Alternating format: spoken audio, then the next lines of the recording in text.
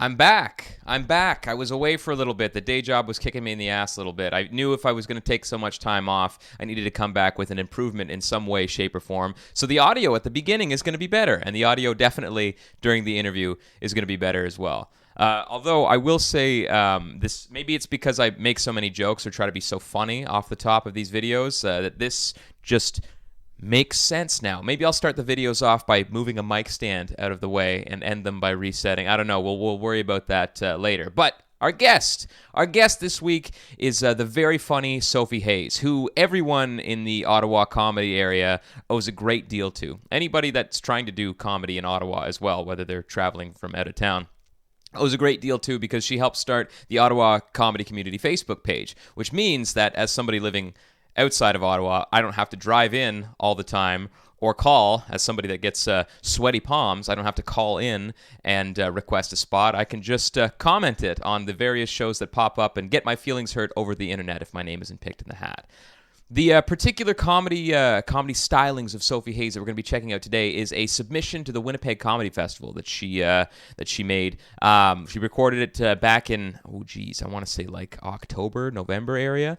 Anyways, it's very funny, and it was written for the festival, which is something that blew my mind, because I could have sworn that it was, that they were bits that were kind of resurrected over the course of the few years that she'd been doing stand-up and put it together cohesively into one 8-minute set. But no, this was all new, so we talk about her writing process, we talk about writing, we talk about the task of going and writing, a full brand new set specifically for the niche. Sophie's a very prolific writer and has a lot to say about writing, and specifically new comics and writing styles, and making sure that you're trimming the fat with your set. So it's a lot of really good stuff, and I can't wait for you guys to see it. So I'll shut the fuck up and let Sophie take it from here. You sent me your submission to, it was the Winnipeg Comedy Festival, right? Yeah, it was. Okay.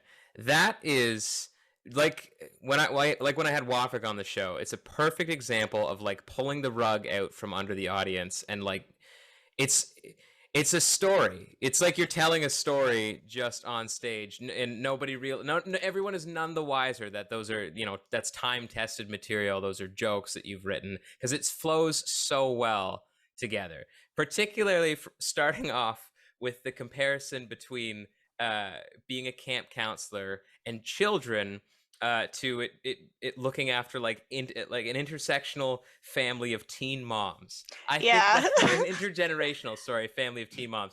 That is such a that is the weirdest comparison I've ever heard. It's so funny. So what made you think about that? Honestly, I worked in camping for a long time, like over 6 years, wow. like well into being a full adult for sure. But why was I in charge? Yeah.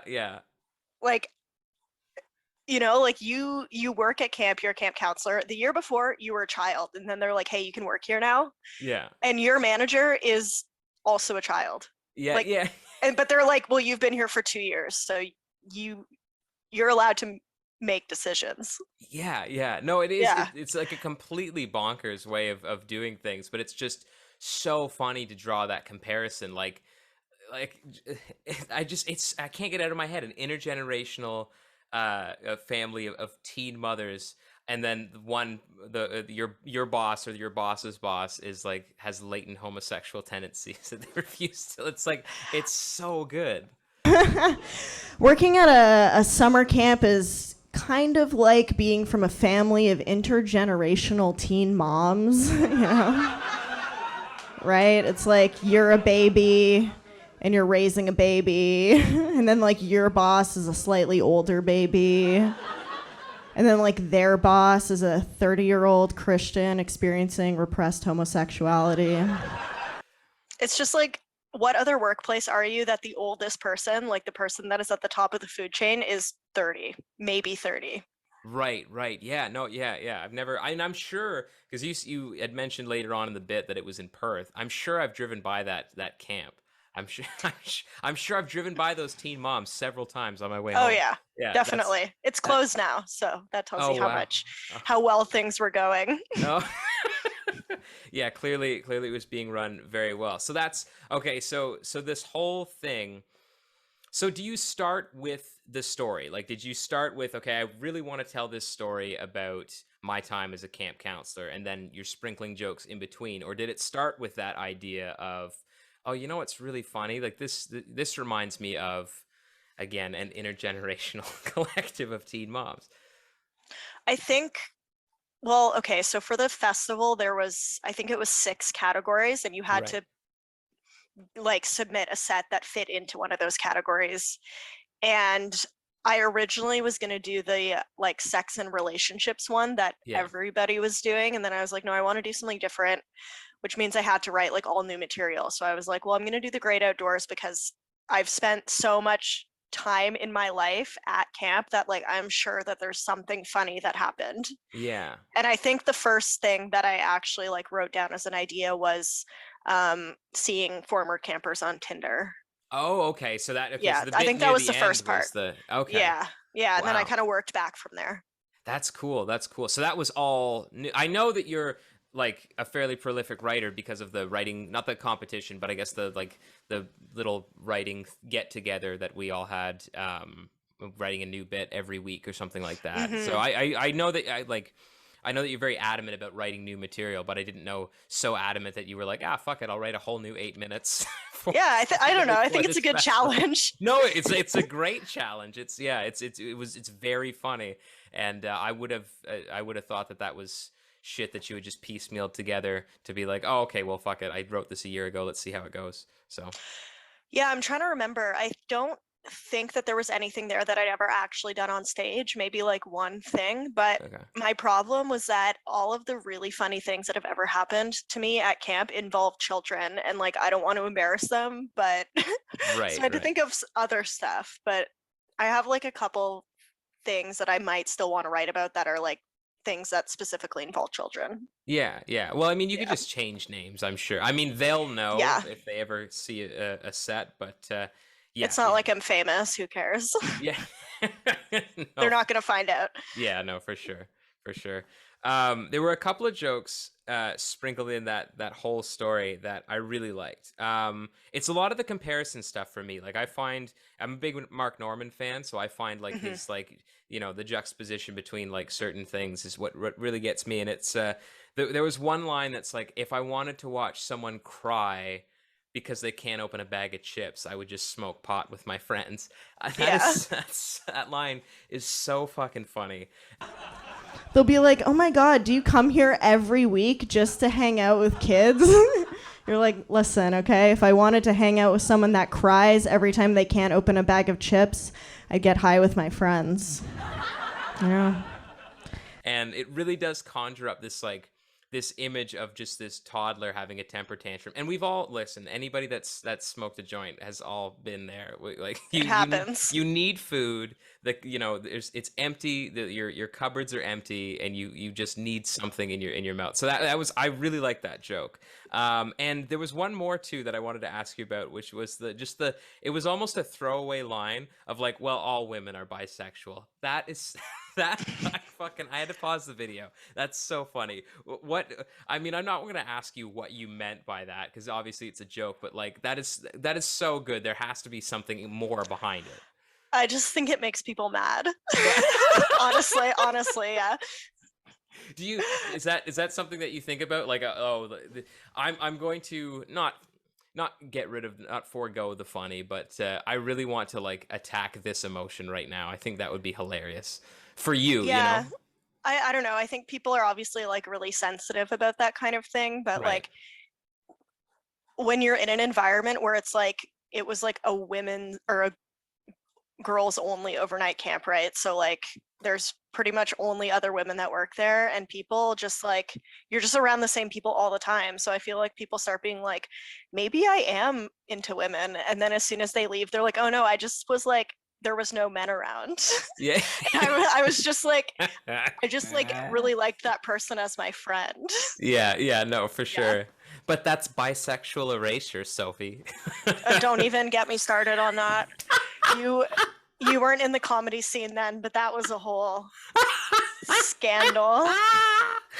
Oh goodness gracious. Well, I won't poke the bear then. I thought the line was so funny, and it was to be such a throwaway line, I was like, okay, there's definitely more here. That's definitely a joke for you. That was like, Oh yeah. yeah. Do you do you do that? It's a good balance, eh? Do you tend to do that quite a bit? Is like, okay, I know this one is going to be more for me than the audience, but I need to throw that in there. I try not to. I think sometimes if I'm doing material for like the first or the second time, it's more phrased in a way that like I would think is funny. Mm-hmm. But I always try to rewrite stuff so that at least some of the audience will think it's funny, because I don't know, if I was just doing stand-up for me, I probably would like do like 6 minutes on the worst episodes of Glee or something. It's not for me, right? Right. Yeah, no, absolutely. Now, when you write, are you stream of consciousness into the phone notes type person? Are you a type it out or write it out type of person? Like what? Good question. I haven't written anything since that set, because I think that was the last time I did comedy. Oh, really? Wow. Yeah. Wow. Fuck. And then because lockdown happened, and then I moved. Oh, right. Yeah. to You're Arnprior. The Arnprizzle. How is Arnprior Yeah. doing? I haven't been there since music. So It's fine. I haven't really met anybody yet because like everything's been closed. I don't know. Right. It's there's like a Confederate flag that I can see out my back window. Oh, good stuff. Yeah. Yeah. But everyone seems nice, so I don't know. Yeah. No complaints. No, I always liked it. The comedy. Well, it's not a comedy bar. It's just Yuck Yucks does stuff at the. I can't remember the name of it now. It's like the Urban Angus Steak. Yeah. It used to be the Two Grands, which is I used to play there as a sideman with a group called Jimmy Likes to Drum, which was just it's so sounds really funny. good. Oh, it was so good. It was so good. Well, the bar was built. We'll get back onto comedy, but the bar was built as a passion project of a good buddy of mine. His name's Chris Zekin. He was like an angel investor in Twitter or Apple or something like that, and was like, I love steak and I love to play the piano, and so this is what I'm going to do. And he built the bar as this homage to playing live music, and would play there fucking 5 nights a week or 7 nights a week, just doing covers with his. It was so funny because it would sell out every time because people just knew there was going to be fucking ridiculous shit happening at all times. That sounds like Stephen Harper's band. Oh my god, Passion Project. Oh yeah, I didn't even know he had a band. Oh, that's yeah.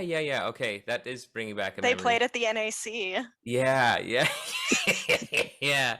God, Canada's fucking weird. Oh god. His drummer's a convicted sex offender now. Really?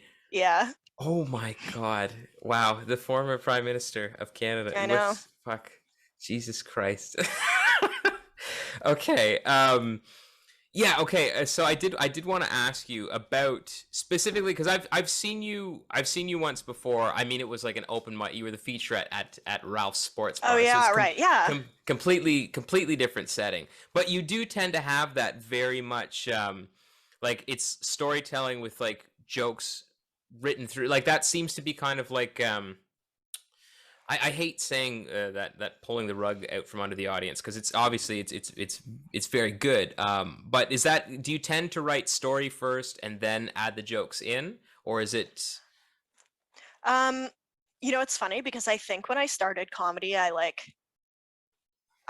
consciously tried to do that. Like if I wrote like 3 jokes about dating, I would put them all together in my set. So, and then I would try to find ways to like transition between the different sections of my set because it drives me crazy when I go to an open mic and I hear someone do like 7 jokes that are completely unrelated. And they're just like, anyways, like house pigs, or whatever. I don't know. Yeah.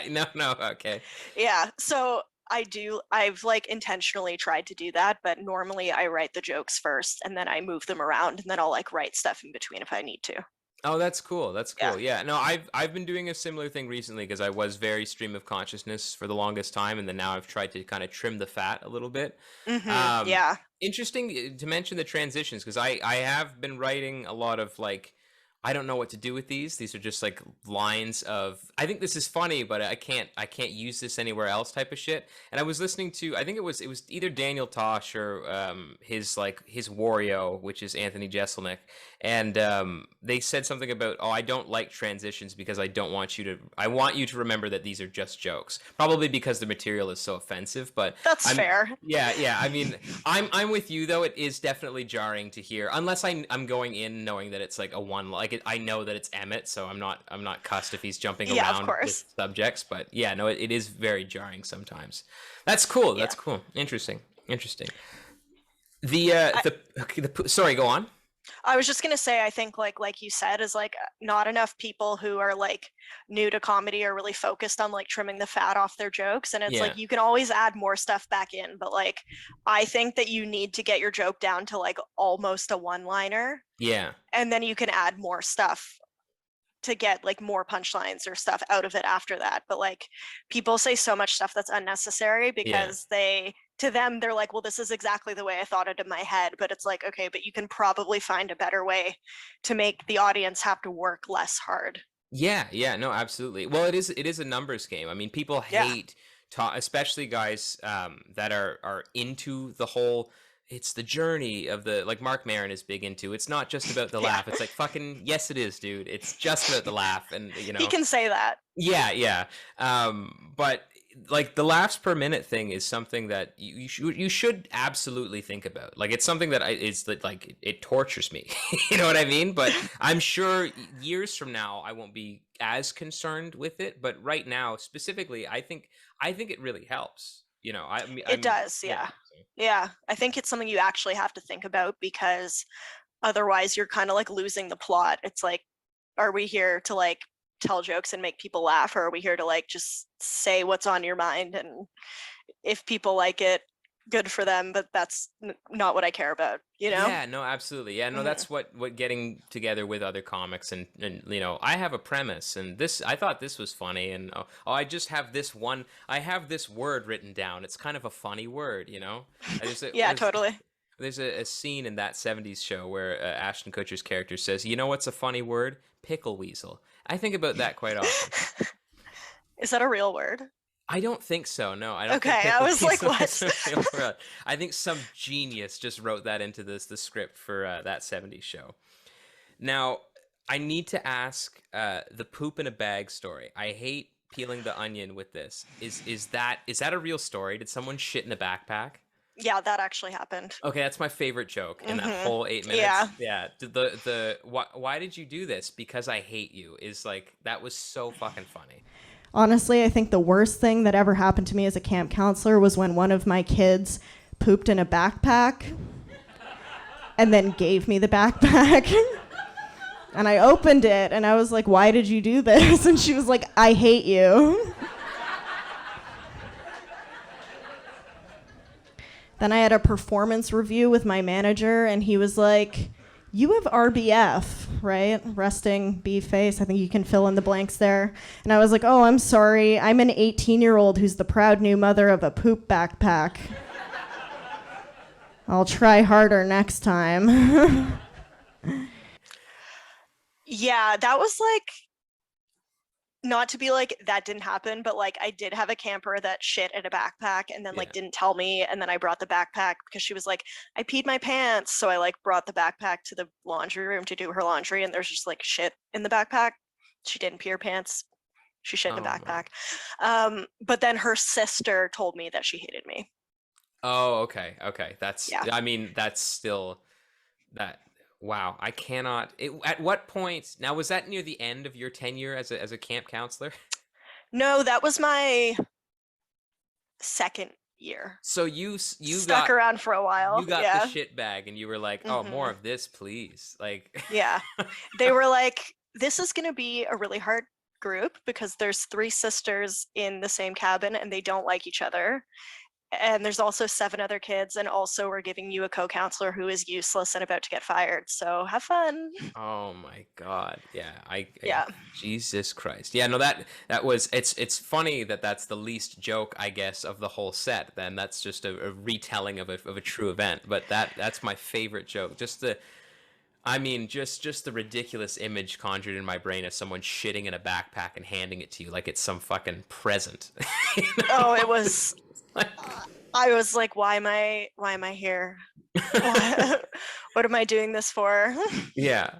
And then, but to even analyze that story as a writer and go, it's good, actually. I don't need to add anything to this. Like, there's no joke. There's no, like, tongue-in-cheek shit in a backpack pun that I could make. You know, like, this is as good as it gets. Like, there's no fucking parable I can draw to a colostomy bag or something. Like, this Oh my God. This is it. This is as good as it gets. Like, Sometimes reality is really just like funnier than anything you could imagine. oh, absolutely. Yeah, no, absolutely. Yeah, 100%. Yeah, no, it's I think about it. I think about this a lot too because, like, I mean, how as funny as we can be, there's nobody funnier to you than, like, your best friend who knows all your inside jokes, knows what buttons to put. You know what I mean? So it's like we are fighting an uphill battle. So to be able to retell those ridiculous stories, whether we're punching them up with jokes or not, it's like it's really, as it's funny that I'm mentioning this about a shit in a bag story, but it really is beautiful, you know. I definitely like ran it by other people too. Like I ran it by my friend who actually worked with me there, so she was a firsthand Oh wow. witness to this event. So I ran it by her. She does comedy. I ran it by my girlfriend, who's very funny too, and just like to make sure that it made sense to other people as well. Yeah. Especially because it was that taping where it was like I maybe did the jokes once or twice before that night. Like I was like, I don't really, it has to be perfect before I actually perform it. Yeah. No, that's Yeah. it's you. I mean, it feels like, and again, like, not to kiss your ass or anything, but it really does feel like a bit that's been around for a while, because you even round it out at the very end and bring it back to the teen moms bit, and it's like, Yeah. it's that. I mean, 8 minutes is something that, like, I think I have like 15 okay, 8 good, you know what I mean, right now. So to write a whole new 8 minutes that you're like, I'm gonna submit this to the festival, it's like that takes a lot of gumption, and it's really great. So did you just sit down, like, nose to the grindstone, like, I need to power through this 8? How much did you write and trim off? Like, that must have been a 20-minute bit that you were like, okay, all right, we got to figure this out. It's so funny. I should have pulled out my notebook, but I basically was like, I'd been trying to write it for a while because I knew which section of the festival I was going to submit for. Right. And I just was like procrastinating, and then one day I was like, okay, I'm just going to write down like every like funny thing that I can think of about camp, but like not worry about the actual like jokes and punchlines. So I just made like a huge list, and then I wrote jokes about the ones that I could think of, and then from there I like cut a couple others or like combined them with like other jokes to make it flow better. So yeah. I think I wrote it, the whole thing, 2 weeks before the festival taping, and then I did the set at Swizzles once, and then I watched that tape back and I edited some stuff, and then I did it once at Poor Boy and I edited some stuff, and then we did the taping. Wow. Yeah. Now, would you rewrite anything else? Would you come back to the bit now and rewrite anything else, or is it? I mean, nothing is ever done, but you know what I mean? Yeah. I think that I would for sure. Like, it was supposed to be a 7 to 8 minute video, and I think I was a little short of 8 minutes. I think I was just over the 7-minute mark. Okay. So I probably would add a couple things in, and then from there, like, maybe cut some stuff that I left in just to make sure that I did enough time, because there was definitely some stuff that I wasn't married to, like the stuff about like letting kids die, like stuff like that. Like, that was just like, I just threw that in to like fill time, basically. Yeah. Right. It's so hard. Like, it hurts you on the inside when you have 8 minutes, but you know that 2 of it is just shit that you threw in there. Fucking, there's nothing worse than having that round number. Like, I did 22 for the first time as the feature act in Kingston, and I know for a fact 15 of it got laughter, and then the rest was like pockets of laughter, and that's, you know what I mean? And Totally, totally. And it hurts my soul to like look in the mirror and be like, listen, man, you don't have 20. Because I was like, fucking, you got 20, baby. You like, you know, you've got 20. But yeah, no, I don't think anything hurts a comic more. But that, that's like good self-awareness, because I think some people will always be like, no, I have 15. And it's like, I mean, you do, but like if you wanted it to be really, really good, it would be more like 8, right? Yeah. And like I was in the same situation as you in 2019. My podcast co-host and I went to do the Edmonton Comedy Festival, and we both were doing like headliner spots. So we both got asked to do 25 minutes, and we were like, what? It was so brutal, and like we did fine, but it was also a lot of people who were fans of our podcast that came, so that cool. Really, I think, carried the audience. And I looked back at that set list recently, and I was like, I don't even know what half these jokes are, because that was like 3 years ago, and like a year and a half into doing comedy. Like I was like, I don't even know what half these jokes are. They're not fun. Whatever they are, they're not funny. That's so funny. Yeah, that's it. Yeah, it must be. Having that situation where even with fans of you, I mean, it's an issue that we're seeing a lot right now with some of the like well, maybe not theater acts, but theater and above, absolutely, where it's like they're kind of smelling their own shit a little bit. Like, I mean, I hate calling anybody out personally, but I don't think that Rogan as a special has put anything out that's been great for the last like couple of years, because he's only got his podcast fans, and they will just hang off of every word that he says. Chappelle's last special had like 2 jokes on it, and the rest was just him saying that he was transphobic and saying that he's the great Dave Chappelle, the GOAT, as a punchline. I think about 6 times in that special. It's regardless of the content of the special itself, joke-wise, I thought it was like, I think they're kind of just smelling their own ragu a little bit here, Yeah, they're just recycling the same stuff that's already worked, right? Yeah. I don't know. It's like, oh my God, I hate to even say this because it's so embarrassing. And like, but I went to see the Come Town podcast live in Toronto. I like love a few that. years ago. I know, but like, it's just because I know one of the guys. But anyways, it was really interesting to see them do comedy for a live audience, because their comedy that they do is so different from the podcast that like the audience didn't really have any buy-in to laugh. Yeah. And like the fan base of that podcast is so like, they think that they're so funny that like they were like trying to heckle them the whole time. Yeah, right. And they still got laughs, right? So that's a situation where it's like you don't have a guaranteed audience that's just going to laugh at anything you say. And that was crazy. Right. Yeah, I never thought about that, because I mean, Stavros does a shit ton of crowd work. I don't know if that's always been his thing, but I wonder if that's an evolution of the podcast as well. Interesting. I know. Yeah, I never put 2 and 2 together. I do love that podcast though. Yeah. No, Adam Friedland is like very funny, but I think that he had a rough, like he had a steep hill to climb in their live shows, because he's like the butt of the jokes on the podcast, right? So right, yeah. And people never actually see him do jokes, so he's very funny. So interesting. Yeah, I'll have to. I don't know if they're gonna be. I don't know if anybody's touring right now into. They were Canada. in Vancouver last week, I think. Oh wow! Well, fuck. Yeah. Shit. Yeah, my friend went, so maybe they'll be here again. Although they said that Ottawa's the most depressing place they've ever been in their entire lives. So. I mean, I love Ottawa, but it's probably just because I live in Smiths Falls, so that's. Yeah. I mean, yeah. I think they performed at the like. Not even the theater in Algonquin College, but the one that's like close by. Oh, yeah. Like the Shankman Arts Center, I think. Yeah, that's exactly. So like, it's fair.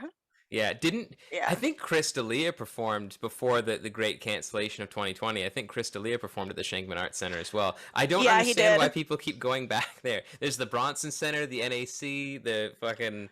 Yeah. I'd rather play a smaller venue than the Shankman Arts Center, because it's like in the middle of nowhere. Yeah, no, absolutely. Okay. This was a good time. I appreciate you. I appreciate you going through this set. I can't get over that the poop in a bag story is a real story. That's so funny. It's terrible. Well, I will let you go, and I'll edit this all up, and it'll be sounding mint. Thank you for joining me on the show. And, Thank you. Yeah, I'll see you. I guess I'll see you Saturday. Fuck around. Yeah. Have a good night. That was that Bye. one's for you, buddy. Now, wasn't that badass? Wasn't that great? Didn't you learn a whole bunch of shit? Ugh, it's so wonderful that I do these things for you. You know, it's a real treat for you that I do these things. You're very privileged to be watching this video. Anyways, thank you so much for supporting the show, and thank you so much for your patience. I'm going to try and work these out a little bit more coherently so I can bang them out, record them in bulk, and then bang them out over the course of a few months, so I don't have to take any time off like I did the last few weeks. But yeah, subscribe, hit that like button, hit the share button if you feel so inclined. You can follow me on all social media at Logan Brown Comedy. You can go to my website. I got one of those. You can go to my website, loganbrowncomedy.com, or you can email me at logan@loganbrowncomedy.com. He's got a website. He must be so professional. He must be so good at stand-up. No, I have disposable income. Thank you, Canada Post, and thank you, my lovely viewers, for checking out this latest episode of Finger on the Funny. Bye!